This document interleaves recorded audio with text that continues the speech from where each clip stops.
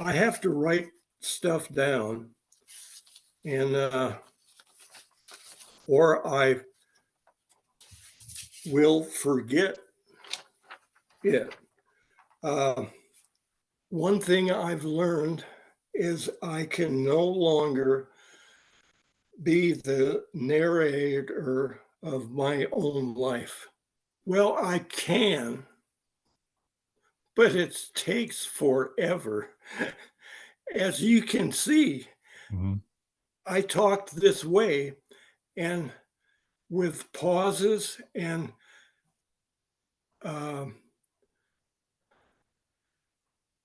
while I'm thinking of the next word to say or a way to say it, get my mouth in ready to say it. This is the Recovery After Stroke podcast with Bill Gassiamis, helping you navigate recovery after stroke.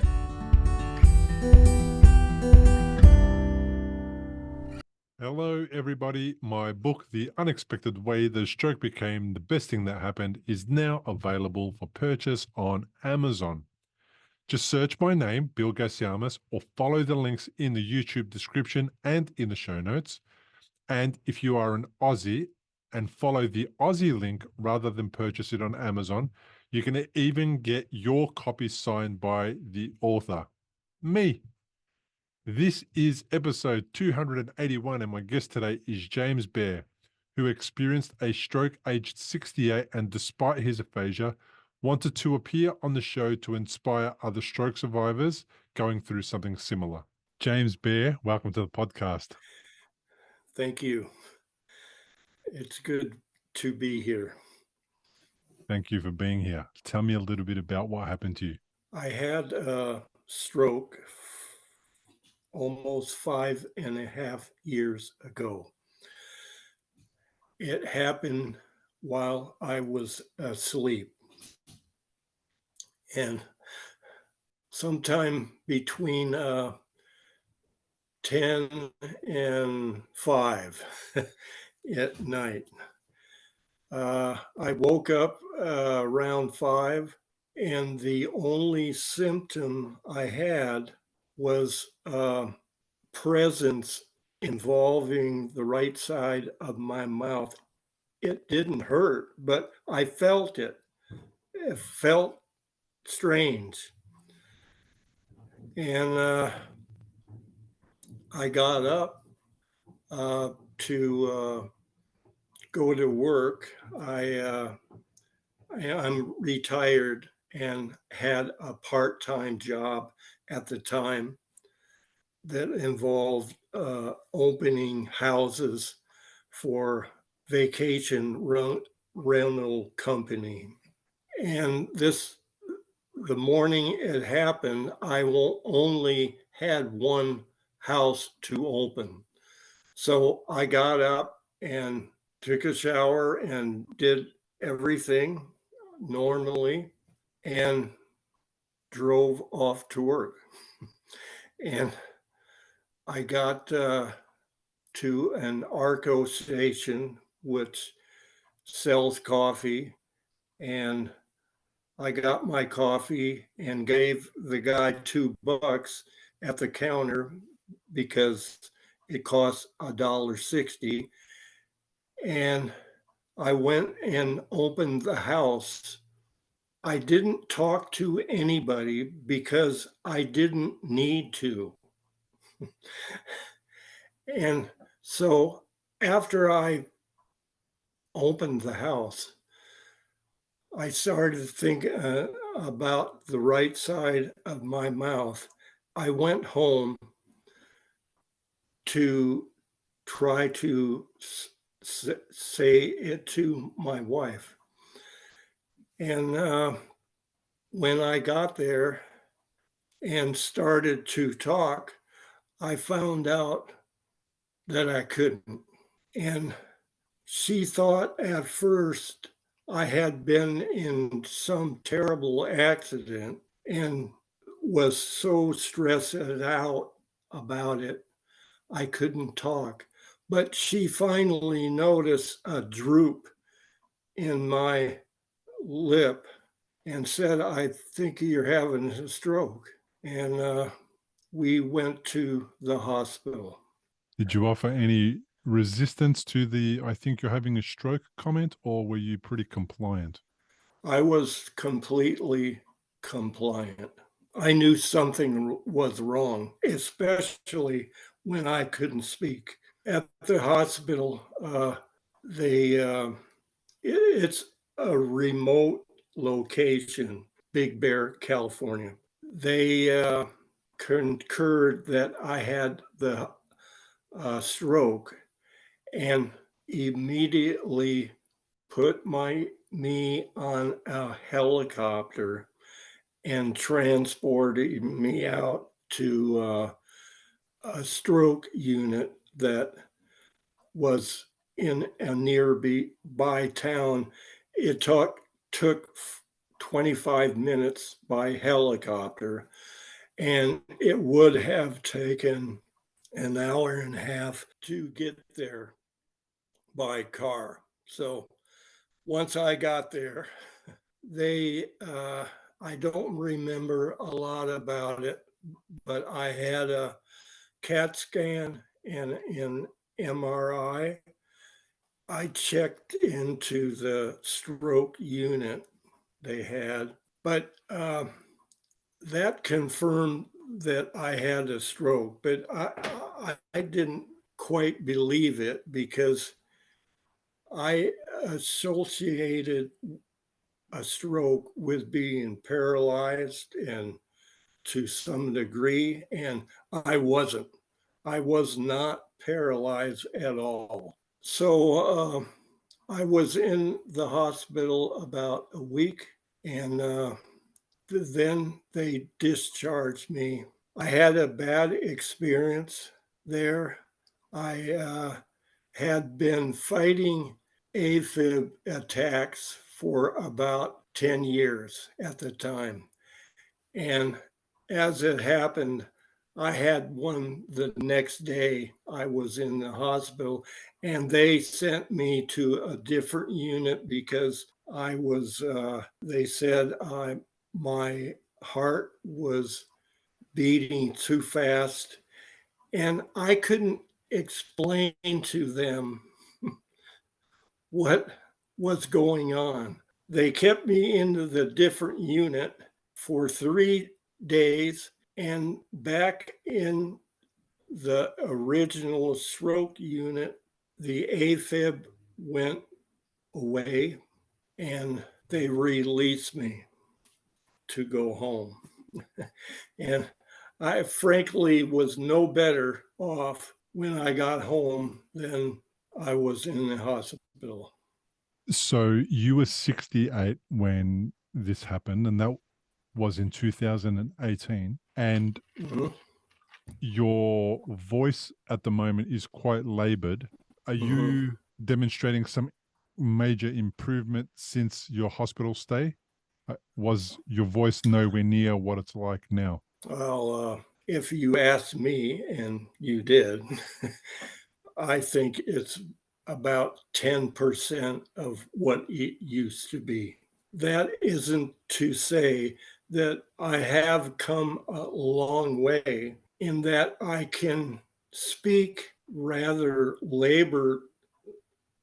laboriously, as you say, and my speech has no rhythm to it. And it's enough to get by. And getting by is not what I have been used to all my life prior to the stroke. What was life like before the stroke? How did you occupy your time? I spent 38 years in the home building business.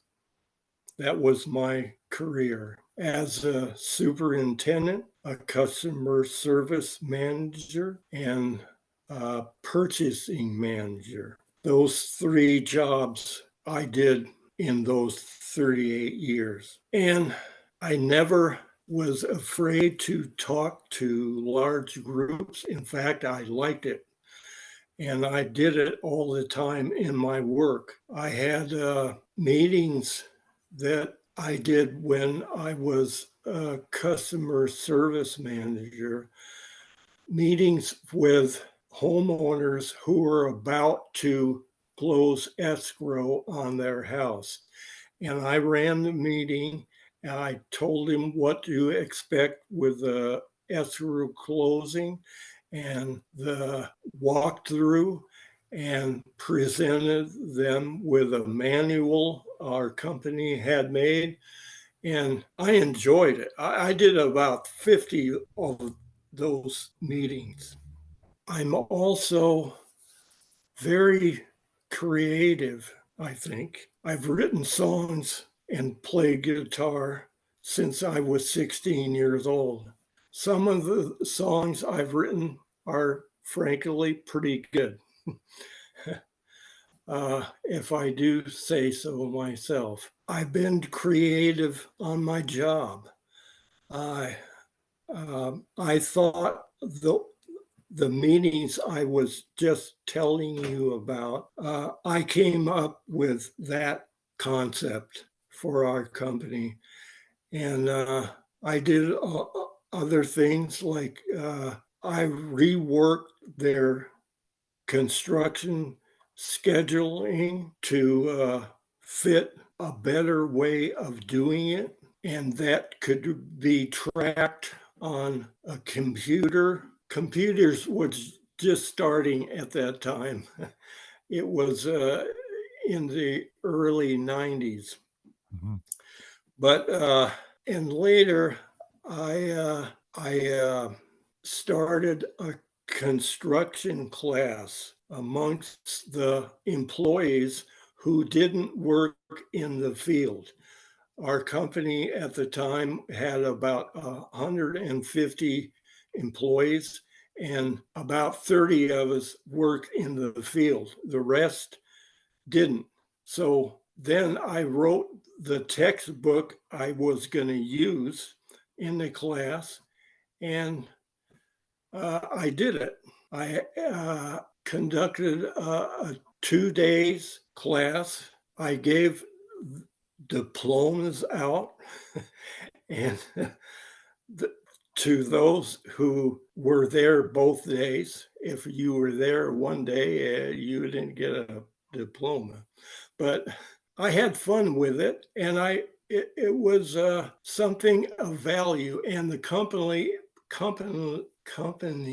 loved it. Tell me, so you were quite independent, you were responsible for a lot of things, you had a lot of people that you communicated with, and then you experience a stroke, and the one thing that's impacted the most is your ability to communicate.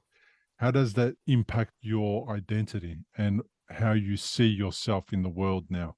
I'm glad you brought that up because I have notes that I've made. I hope you don't mind. My attention span is so bad due to the stroke that I have to write stuff down or I will forget it. One thing I've learned is I can no longer be the narrator of my own life. Uh-huh. That's out. How is that? Why? Well, I can, but it takes forever. As you can see, Mhm. I talked this way and with pauses and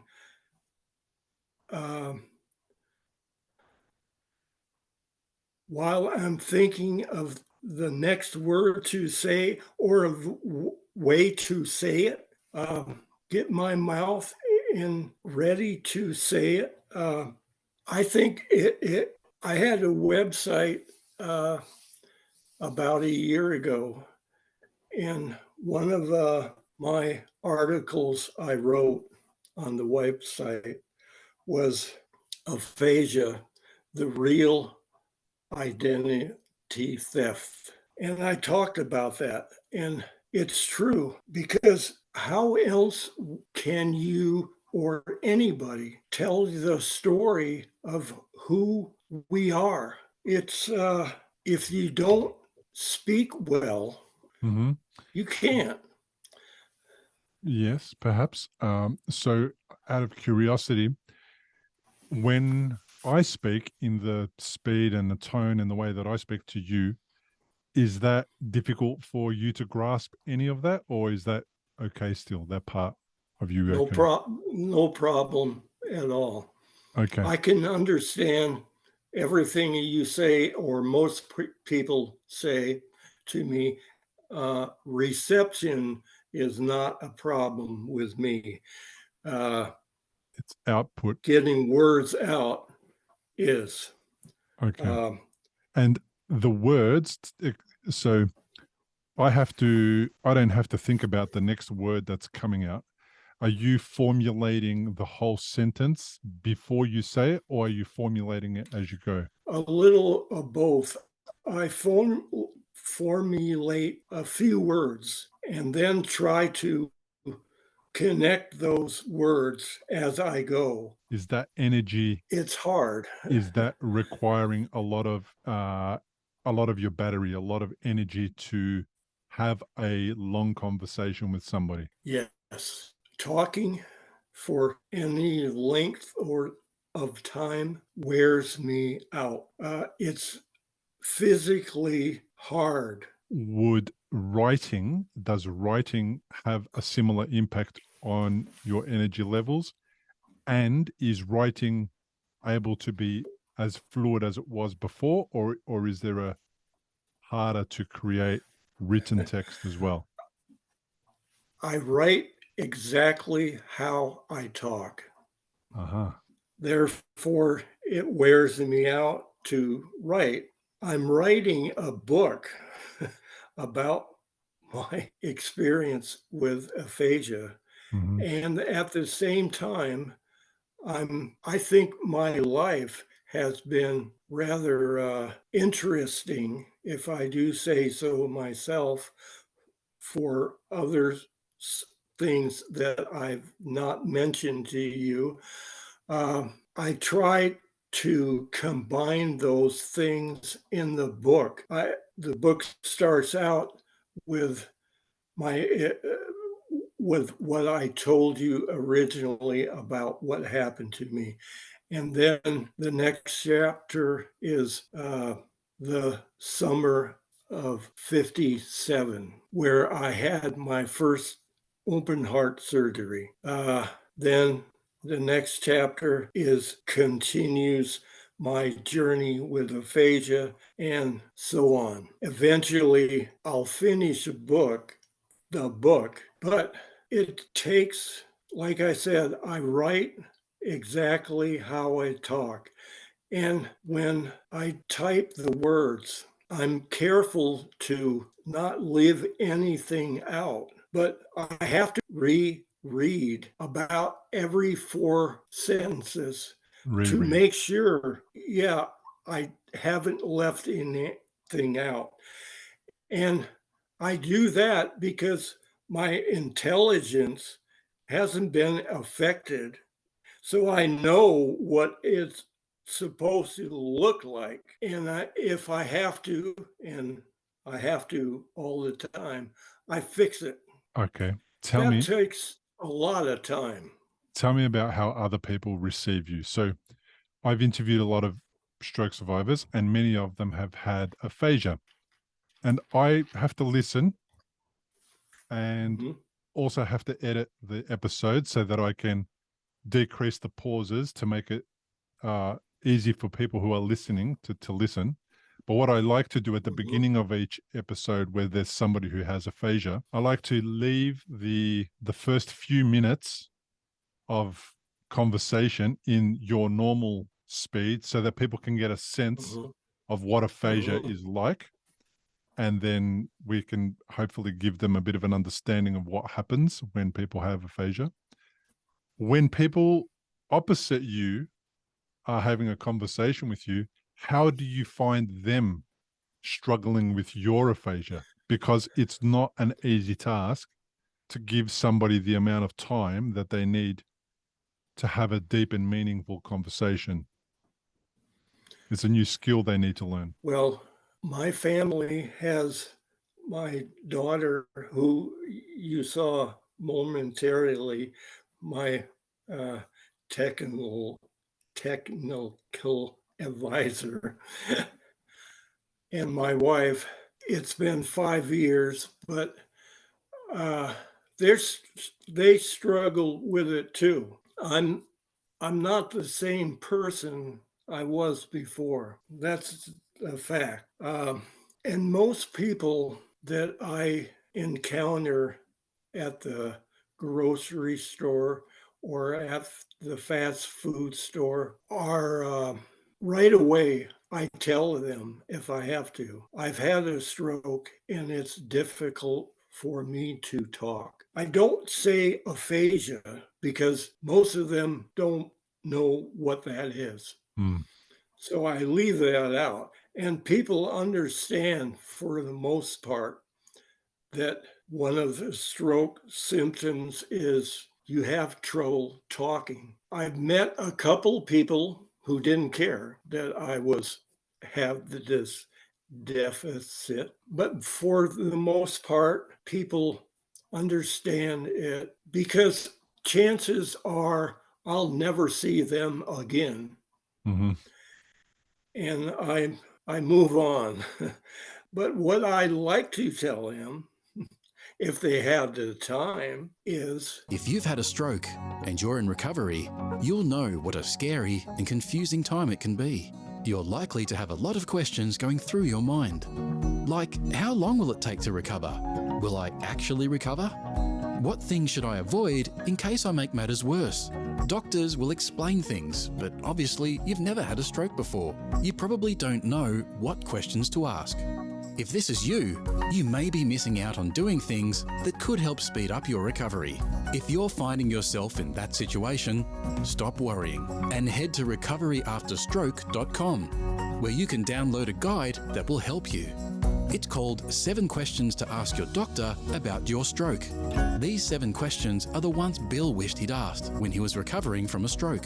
They'll not only help you better understand your condition, they'll help you take a more active role in your recovery. Head to the website now, recoveryafterstroke.com, and download the guide. It's free. I have trouble reading, writing, and working with numbers drives me crazy. And my attention span is all but zero. That affects everything I do. The concentration I require to stick with something wears me out also. I literally have to remind myself as I'm going to the kitchen why I'm going there. Mm-hmm. And sometimes I don't. Then I have to concentrate, and usually I figure it out. So you have a memory deficit as well. I call it concentration and ability to concentrate on one thing is gone. I know I'm getting old, and old people have those bouts where they have to think about why they're in a room from time to time. But this is something different. I'm not conflating the two of them. I think it's because my attention span is so low that, for example, people like my daughter and my wife turn down the TV when I approach them because I can't stand loud noises of any kind. And if the TV is going at a normal volume, I can't concentrate on what I'm doing. Yeah. Sounds like sensory overload kicks in as well. And that then derails your ability to speak, your ability to focus on a task, your ability to get done the things that you're attempting to get done. Exactly. Sensory overload is a good way to talk about it. And it requires minimal sensory overload.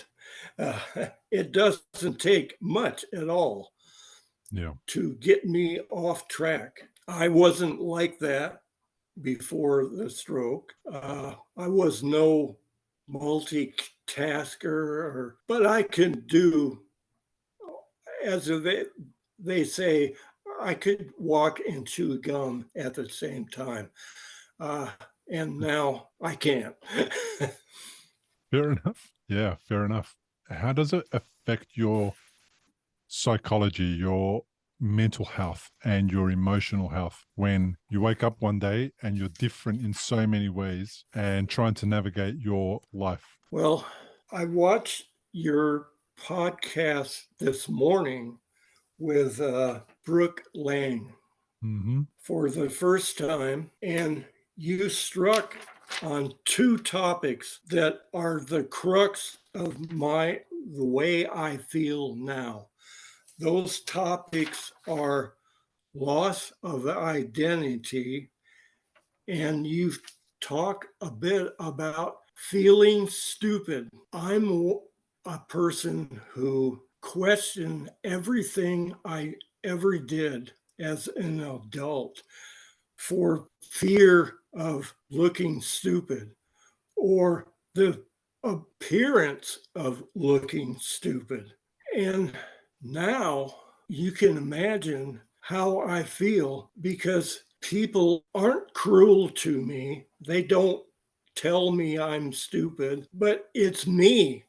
I feel stupid talking this way. Okay. So And it's not that you give a shit what people think. You give a shit about what you think about yourself. yes, I do. And when I open my mouth, it doesn't take a rocket scientist to tell that I have a problem. You can tell immediately. And you touch on something else that with your talk with Brooke, the invisible deficits. I've got a bunch of those. Mm. And she said in the podcast, she referred to, if I'm paraphrasing, of course, Mm-hmm. but she thought if I approach you with a noticeable limp or my hand clutched in a certain way before I spoke, you would be somewhat prepared for the way I speak. And I had that very thought a year ago. And it's nice to know that Brooke Lang said what I was thinking. Someone of that caliber proved me right because I can't read, write. Well, you can. It's just that you do it Yes, differently.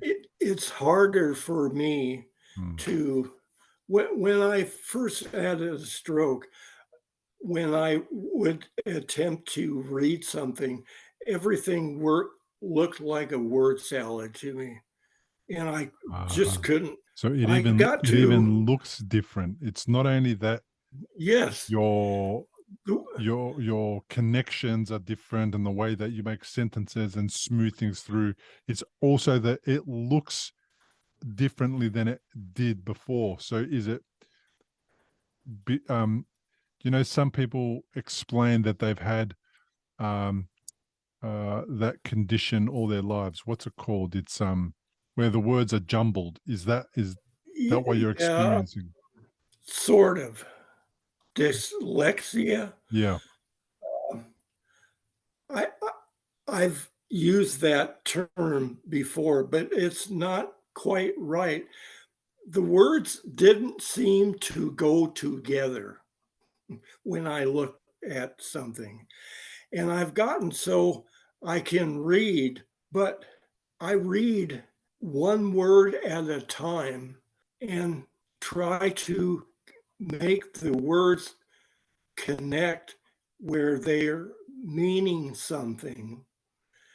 And I get lost because my concentration is so bad, I have to start over. Mm, mm, I can't even concentrate that long. I went back to work with my job 2 weeks after the stroke, and I could barely speak, but I didn't have to. My job was such that I didn't have to talk to anybody. And if I did, I would call the office and tell them something was wrong with a particular house that had to be opened. And they understood. And sometimes when I had to do that, I'd drive to the office and just tell them or show them in some way what was wrong. mm. uh, I found that I couldn't count things. I could count to 1,000,000 in my head, but I couldn't. If you gave me anything to count, I had trouble. Mhm. And I got to where I used to count the days, houses on my schedule. They give us a schedule every week, and I got so much money per house, and I count the houses every Monday when the schedule came out, and knew very close what I was going to make that week. And when I tried to do that after the stroke, I couldn't. I I learned to count in increments of 5 and make a mark, and Right. 5 more and make a mark, and so on. And then I use a calculator to add up the fives so I know how much I would make. Mm, It was embarrassing for mm. me, uh, even by myself. Uh, it was embarrassing What uh, wh what do to you think have to do that. what do you think embarrassment is interesting? Like, it's embarrassing. I mean, because are you judging yourself? Why is it Yes, embarrassing? because I have to do all these things that I could have done in a minute before. It takes me 10 minutes to figure it out now. And it's just an embarrassing to me. Yeah. Is it Uh, because the world is not set up to operate with people who are on a slower pace? no. the, I feel like I'm a 33 RPM record, and Uh-huh. the world's going at 78, and Okay. I don't know how to catch up.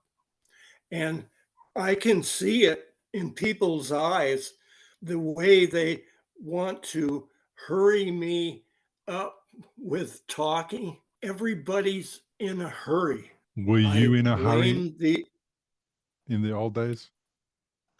no, I I didn't talk fast. I know some people who talked really fast, some people that I didn't necessarily like, and I hope they get aphasia because that is one of the biggest problems. I can speak rather well if I slow down. And I was taught that in speech therapy, but there are problems with slowing down. First of all, you sound like a robot when you do that. You can talk and make words more legible to others by slowing down your speech. And I forget to do that most of the time because I don't like sounding that way. But Okay. Well, when I talk at a faster rate, you know what happens. it's not about what you like. It's about what's more effective in helping you communicate, James. There, I'm going to tell you. I'm going to whack you over the hand and tell you. So Okay, I do know it. I know that you're frustrated, and I know that it's challenging, and I know that people don't understand, and they never will. The only way they'll understand is if they go through what you go through, and then it's too late anyway because it hasn't Yeah, solved your problem at the beginning of the conversation that you had with them. So right now your conditions are different. You've got to navigate them differently. You're in a boat, and when you set sail, it was smooth seas. But it's not smooth seas that make the sailor. It's the difficult conditions that make the sailor. And that's the whole point of the adjustment in your approach to life. You have to let go of the way that you used to do things and find an alternative route. You see a highway and it's got, 4 lanes one way and 4 lanes the other way. And then there's a massive tree in the middle of the 4 lanes. Well, you're not going to try and drive over the tree. You're going to find a way around it. Sure, if you were in the right car, you might get over the tree to an extent. But now that you're not in the right car, you've got to use the car that you have in the most appropriate way to get you to your destination as efficiently and as using as low fuel and as low energy as you possibly can, so that when you get to the other side, you still have some reserves left in the tank to get back to where you started. And I know it's easy for me to say all of this stuff to you because I'm not in your shoe, but from the observer, you're doing really, really well. And I reckon you could do really, really, you could get better by being the tortoise instead of the hare. And then once you be the tortoise for a little while, then you'll start to be able to increase your speed. And if you don't become the hare, you'll be able to work towards being, to speaking, quicker, not as quick as the people you disliked, but quicker than your current 5-year post-stroke speech. Thank you for the kind words. I mean it because um, I have come a long way with very little help. 8 weeks of speech therapy. That's it. Looked on YouTube for videos about aphasia and educated myself from then on. I know a lot about the condition. I know about this arthria because I've been diagnosed with having dysarthria that's more prevalent than aphasia. But what you said makes a lot of sense. I can't argue with that. Mm. But before the stroke, I was always my emotions would take control and my intellect would be second. Mm-hmm. And that's the dilemma you placed me in currently. I understand. That So you makes a wear lot of sense, you what wear you said. you wear your heart on your sleeve, and that gets in the way. So the Mhm, skill the mhm. skill here is going to be that you need to get out of your own way. Because what I notice with a lot of stroke survivors is that most of them get in their own way of their own recovery. Of course, they're dealing with some serious issues, but the skill that they need to learn is how to get out of their own way. And with people who have aphasia, the skill they need to learn is not how to talk, it's how to be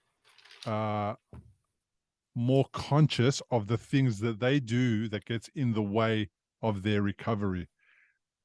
And then once you master yourself, then the thing that you're trying to overcome becomes a smaller obstacle to overcome. And you also start to deal with it better. You start to deal with the fact that you have the condition better. Because when you're going fast, your vocal cords operate at a different frequency. Your lungs, your chest expands differently. Your brain works differently. Your blood flow changes. Your oxygenation changes. So if you're working at a rate that is far more rapid, well, then that energy drain is taken up by things that you don't want to be stimulating while you're talking. What you want to be doing while you're talking is just allowing all the energy resources to go to the vocal cords and to get the words out and to make the connection from the brain to the mouth. And it just seems like a lot of people recovering from stroke, and particularly aphasia, use a lot of their energy in other areas that if they learned to disengage those areas, they would have more resources available to put towards the talking. Tortoise and hare. And anyhow, because you're an older guy, when you talk slowly, you sound wise. I've been told that. uh, uh, I can verify what you just said. When I get upset or mad, I can barely say a word. Might as well be, I have to calm down if I can. Yeah. For instance, we had an example of that before the video, and I was so scared that I would do something wrong in the podcast. I didn't know how to set it up. I'm when it comes to technical stuff, I'm nowhere. And that's why my daughter helped me. But I could see it welling up in me, and I tried to control it because I was going to be with you eventually. And that's proves what you just said. When I'm get excited or mad or upset, I can't find any words. And when I'm talking to you at a slower pace, it comes easier. And so what you said, me being a tortoise, makes complete sense, except when I want to be the hare. You can be the hare sometimes as well. There's no problem. You can be the hare, 10% of the time. And that's okay. If you be the tortoise 90% of the time, you'll get more results. And then when you want to be the hare, be the hare. Well, I did some homework before I started this podcast. I watched a few of your videos. Your calm and patient demeanor sold me that I wanted to be a guest. If you were talking fast and as a car salesman, I wouldn't be here. But I didn't expect it. I expected you to be patient and well informed, and the way you are. And I thank you for that. I don't get to talk this long about aphasia and my condition with anybody. I don't normally record hour-long episodes with somebody who's had aphasia because A, they can't get there. B, it doesn't usually make good listening. Like we just spoke about, people on the other side don't get excited to listen to a 1 hour conversation. They're impatient or whatever. I understand that not everybody has got a lot of time, but this podcast is exactly that. It's I've got time. We have an hour. When the hour is up, we will wrap it up. But until then, this is your platform. It's about you and the people listening, and it's less about me. I'm just the vessel to allow this type of information out. You understand? So I've interviewed now. I think you're well in the 270th range of podcast episodes, so it's not unfamiliar to me. I'm completely familiar with it, but there's how many people come across 270 stroke survivors? None. That's what my intent for doing this would be for others who have aphasia.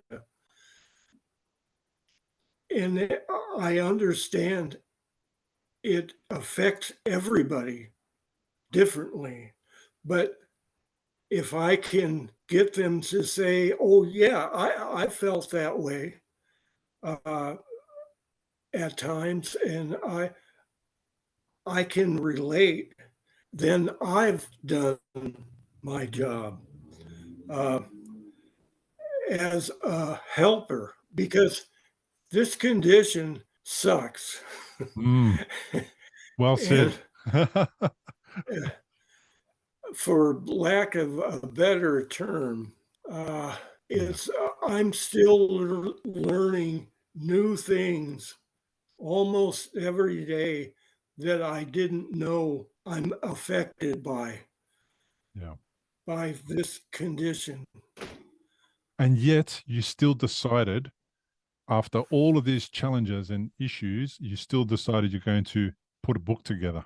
Yes, like I said, I think my life has been interesting before aphasia. And now that aphasia has happened, it's more interesting.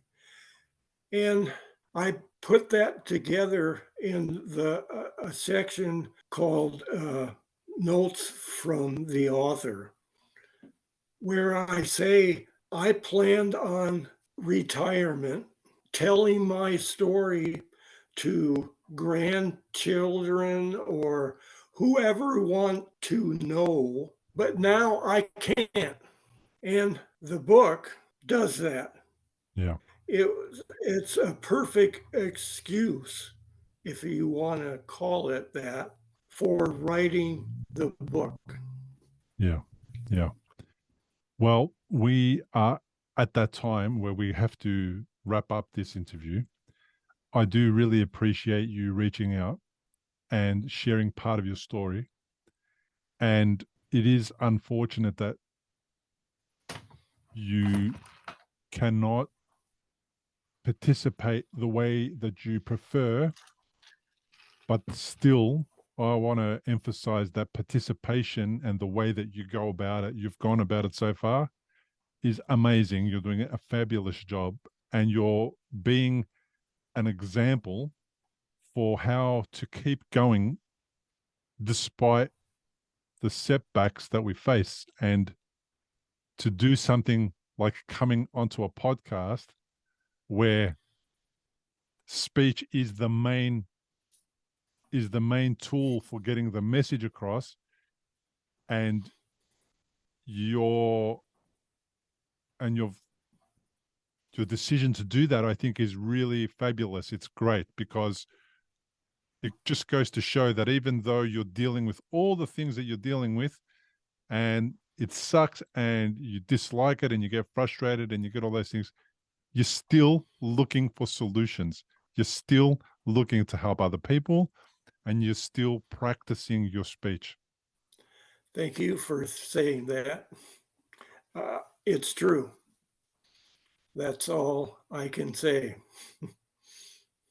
Well, thanks for joining us on today's episode. Remember, grab your copy of the book.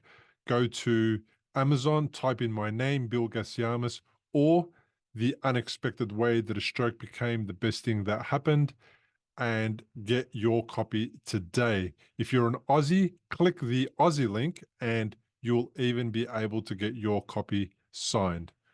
As always, to learn more about my guests, including links to their social media and other pages, and to download a full transcript of the entire interview, please go to recoveryafterstroke.com/episodes. Thank you to everyone who has already left a review for the podcast on iTunes and Spotify. It really means a lot. It makes a massive difference to people who are looking for this type of information. And remember what it was like when you found the podcast and what a difference it made in your recovery. And that is why I'm asking for reviews, because the more reviews we leave, the easier it is for other stroke survivors to find this content. And that's one little thing you can do to make life easier for somebody else. If you haven't left a review and would like to, all you have to do is just go to iTunes and Spotify, leave a 5-star review and a few words about what the show means to you. Now, if you're watching on YouTube, comment below the video, like the episode, and to get notifications of future episodes, subscribe to the show and hit the notifications bell. Now, if you are a stroke survivor with a story to share and you want to join me on the podcast, come and do so. The interviews are not scripted. You do not have to plan for them. All you need to do to qualify is be a stroke survivor who wants to share your story in the hopes that it'll make somebody's life a little easier. If you are a researcher who wants to share the findings of a recent study, or you are looking to recruit people into studies, you may also wish to reach out and be a guest on my show. If you have a commercial product that you would like to promote that is related to supporting stroke survivors to recover, there is also a path for you to join me on a sponsored episode of the show.